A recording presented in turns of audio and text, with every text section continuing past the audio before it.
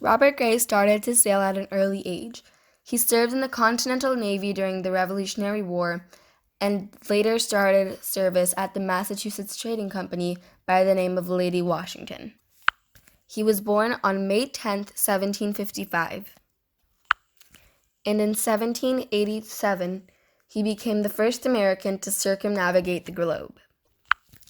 Later, more specifically in May 1792, 6 entrepreneurs from the Lady Washington Company sponsored his ship, the Columbia, and expedition to start trade with natives in Washington, or as they were referred to it back then, the Oregon Territory.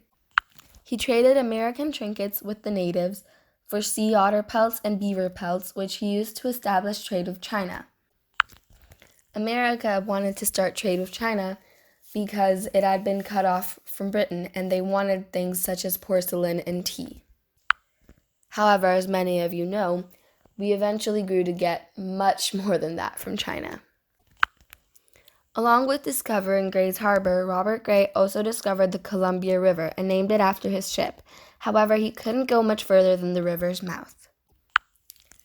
Meanwhile, George Vancouver, he served the Royal Navy at age 13 and accompanied Captain James Cook on his second and third voyages from 1772 to 1775 and from 1776 to 1780.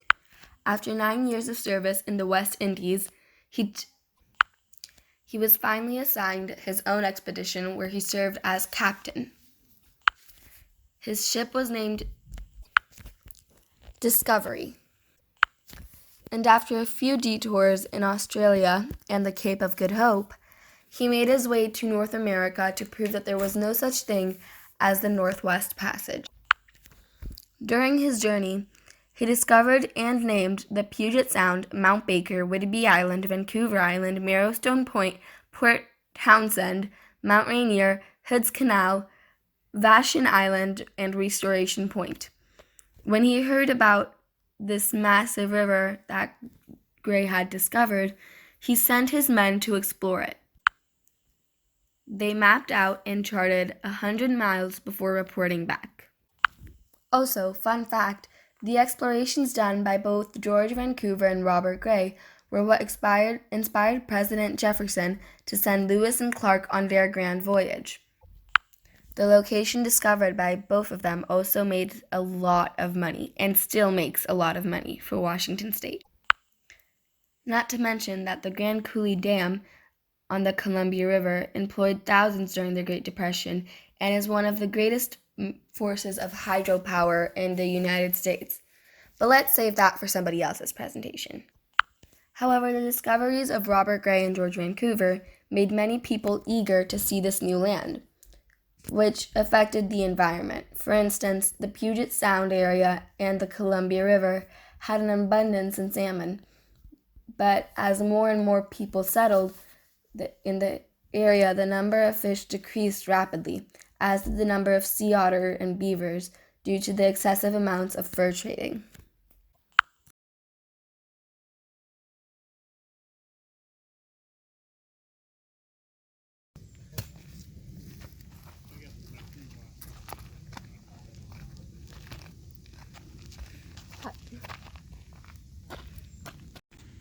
Hi, I'm George Vancouver.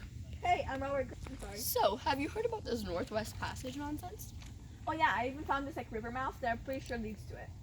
Oh, really? Do tell. Yeah, it's all the way over there. Stop talking It's really nonsense. cool. Okay, so just keep going that way. It's pretty cool. That way? That way. Awesome, thank you. You're welcome.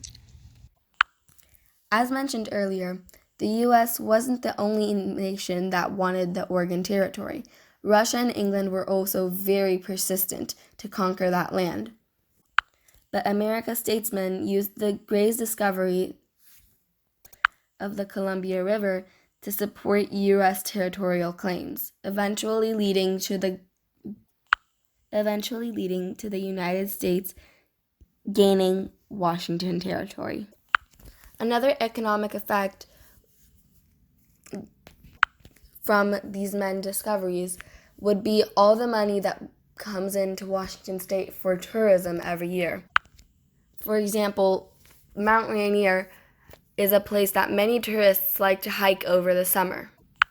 And a pretty major political effect would be the claims over Washington State, and, although not directly, the claims over the Louisiana Territory, due to the fact that Lewis and Clark's expedition were inspired by Robert Gray's and George Vancouver's expeditions. So basically, to summarize, Robert Gray started trade with China and discovered Columbia River, among a few other landmarks.